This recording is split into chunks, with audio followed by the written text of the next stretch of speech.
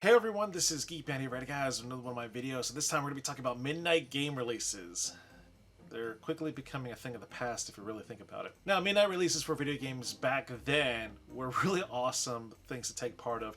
Now, usually when a video game comes out, depending on how popular the game is, stores would often do midnight game releases. Pick up the game at the earliest possible convenience with tons of other gamers out there excited, because your other options were basically picking it up later on in the morning when you're half tired, with your parents or whatnot, or not, you got to go to school or something like that the next day, so on and so forth. But recently, throughout the years, midnight releases have been on the decline due to things like the digital game delivery services on consoles being much better, to online shopping deliveries actually, delivering during the release days, and most recently, COVID-19. Now, back in 2009, I used to work for GameStop, and me being just a lowly GA here, I took part in a couple of the midnight releases, including games like Modern Warfare 3, Battlefield 3, so on and so forth. We'd always have like a setup for people to play some games here and there. Always had some food, and overall try to hype up everyone, make sure their pre-orders were paid off, making sure if they needed anything extra, like any accessories, extra controllers, strategy guides. Even though, hey, strategy guides, you don't hear that anymore. So on and so forth. But they were just a really awesome way to get together with friends and just hang out, make new ones, and just overall just get excited, get ready, and just feel those positive vibes. Now, 90% of the time for the midnight releases, I was always there, just picking up my copy, whether I'm there, off work or at work. I guess I was working at GameStop.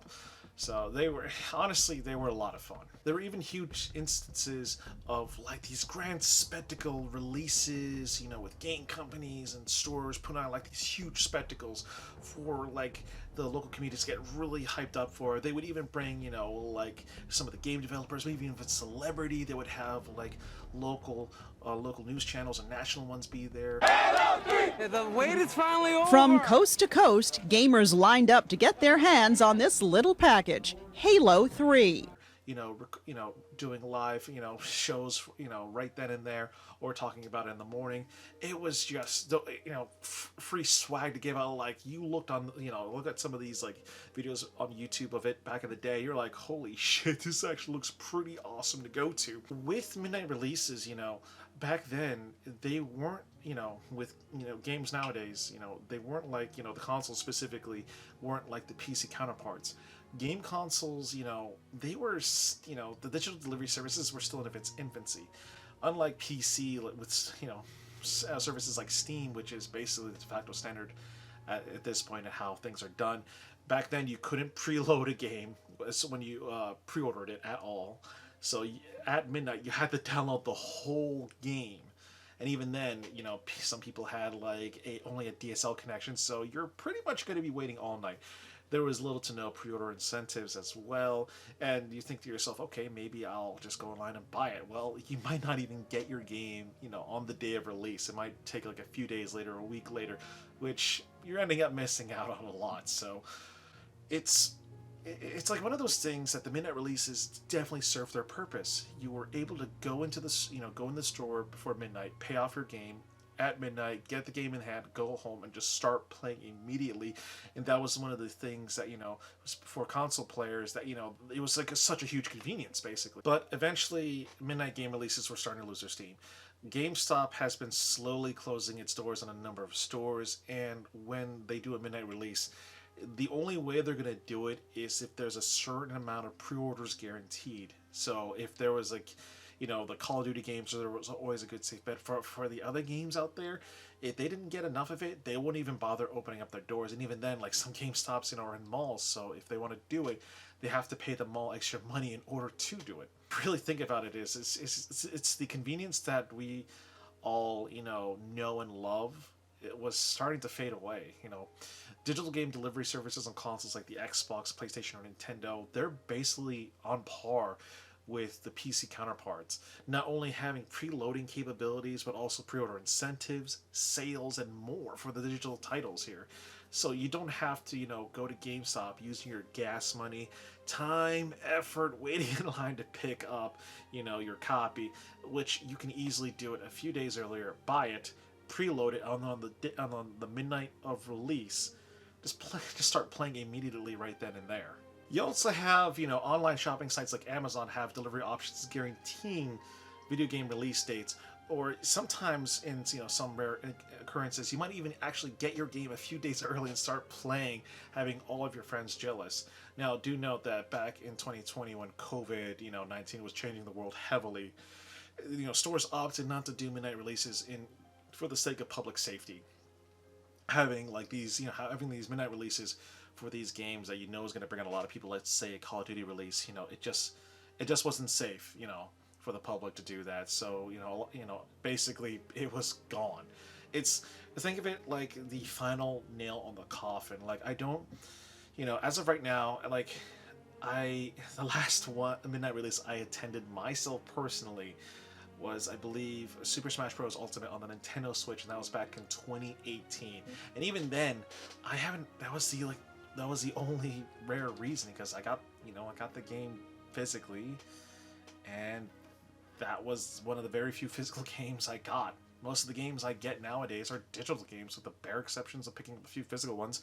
Either they're on sale, collector's editions, so on and so forth. It's, even when I think about it now, it's, when like huge video games comes out, like, for instance, when Halo Infinite comes out, I don't want to go to a store. Like, no, God, no. Like, I got Steam right here ready to go. I can, and I'm planning to do like these live stream like events basically on Twitch, or make YouTube videos of it after, because to me it's just a better use of my time and effort, and I just get to play it right there. I guess, when it comes down to it, midnight releases did serve its purpose back in the day. They were a huge convenience for those wanting to get the game early, and play it at midnight with their friends, or just brag about it to their friends at school, like the next day, basically.